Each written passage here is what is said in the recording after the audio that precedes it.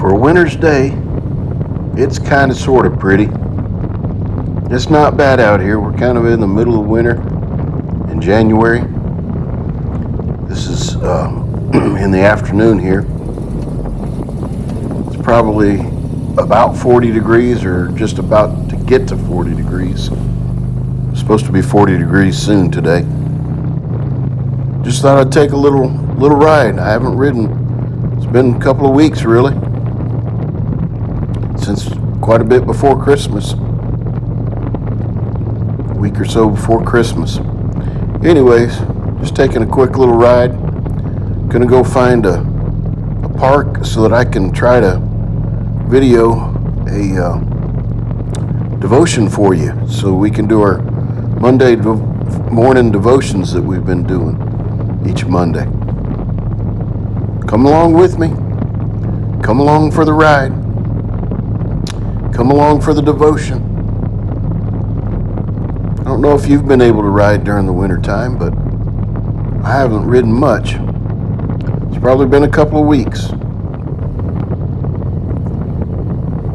I do like getting out and hitting these nice country roads where there's a little bit of some curves. It's not exactly the tail of the dragon here, but we get a few curves here. It's a lot of fun. And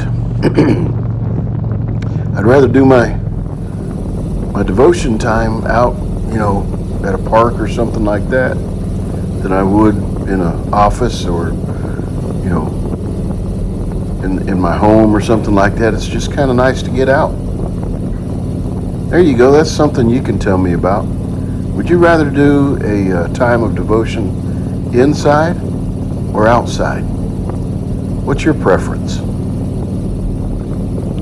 There's a lot of times I sit down and have coffee in the morning and read my Bible and pray. I'm going to say that's most days, actually. That's when I get my own personal time. But sometimes I need a little extra.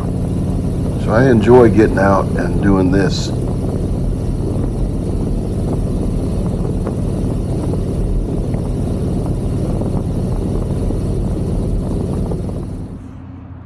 Hey everybody, this is Rev J with Rev J Rides.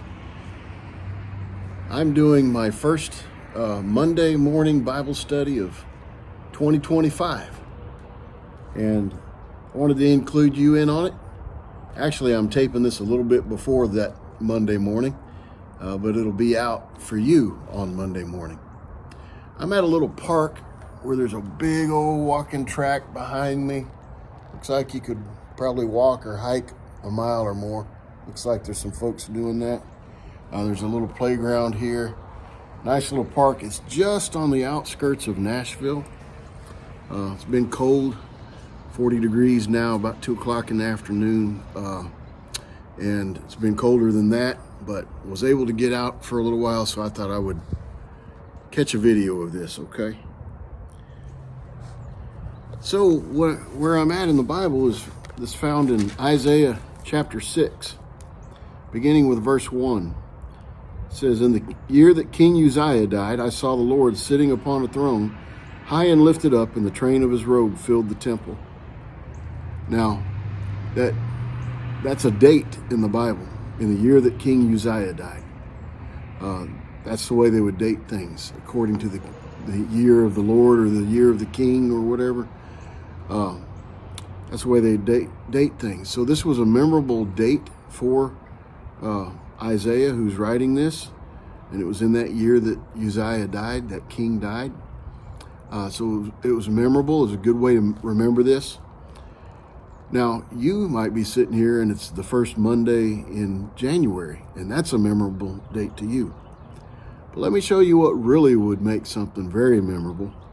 And that's when I move further into the chapter. It says that he saw the Lord sitting upon a throne, high and exalted, high and lifted up, and the train of his robe filled the temple. Above him stood the seraphim, which are like angels.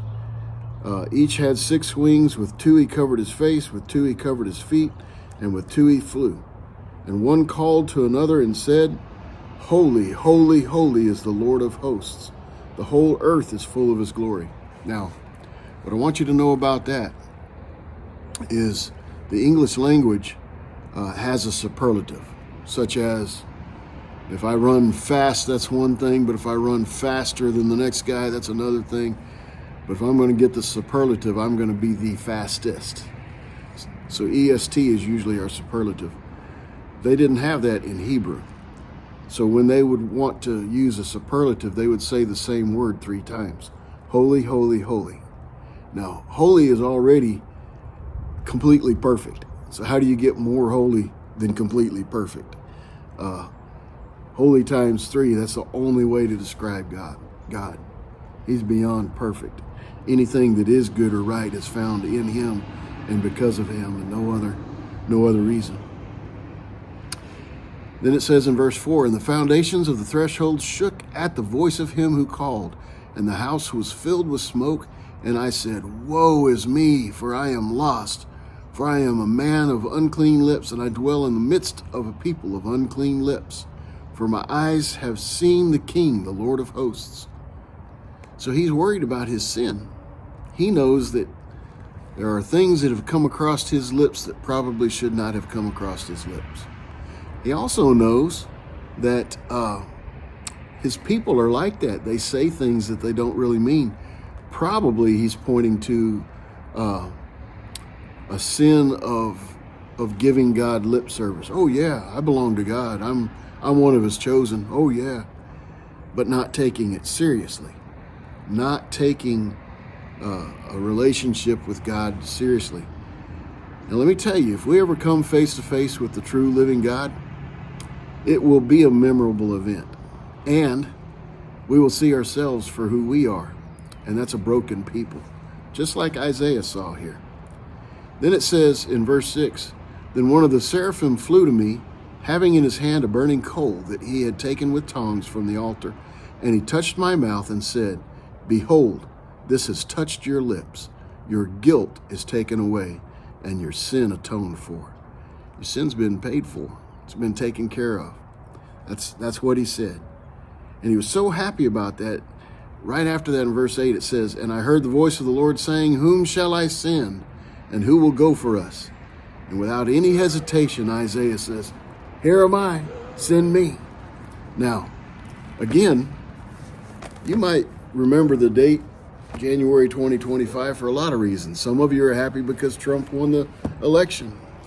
Stuff like that. 2025 might be memorable for you. But if you come into contact with the living God, it will be memorable.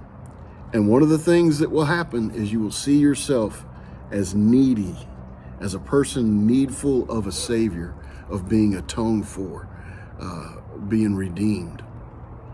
And when you see yourself in that light, and he reaches out and touches you, in this case, he touched him with with a coal, a burning coal, hot coal, to sear his mouth for the things that he had done wrong. But basically, he touches us in a lot of ways. He really touches us with Jesus Christ and the sacrifice he made.